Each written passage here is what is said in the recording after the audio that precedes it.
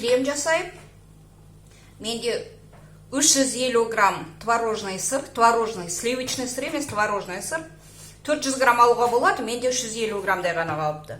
Және 60 несе 70 грамм сахарный пудра салуларыңызға болады, сахарный пудра салмай мен қант салам. Менде 60 грамм.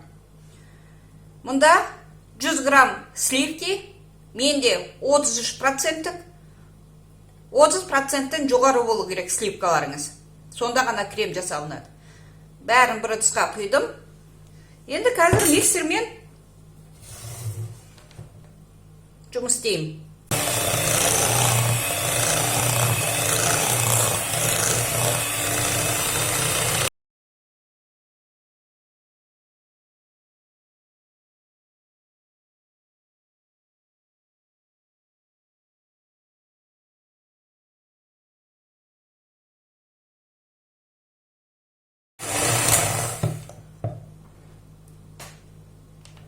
Міне креміміз дайын, ақпайды.